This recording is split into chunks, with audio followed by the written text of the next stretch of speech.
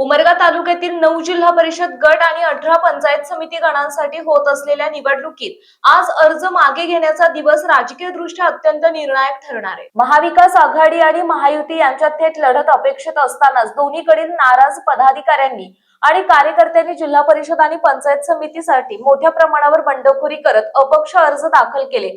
त्यामुळे अधिकृत उमेदवारांचे धाबे दणाणले।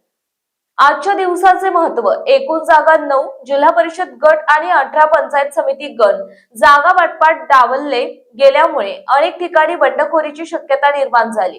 नेत्यांची कसरत, बंडखोर उमेदवारांची समजूत काढण्यासाठी वरिष्ठ नेते सकाळपासूनच प्रयत्नशील आहेत।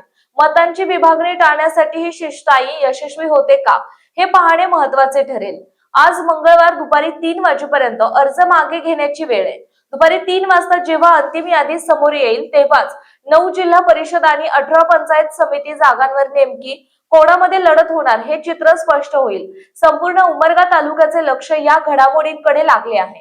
जीटीव्ही मराठी जनतेचा बुलंद आवाज न्यूज चॅनलचे मुख्य संपादक विशाल देशमुख, तालुका उमरगा, जिल्हा धाराशिव।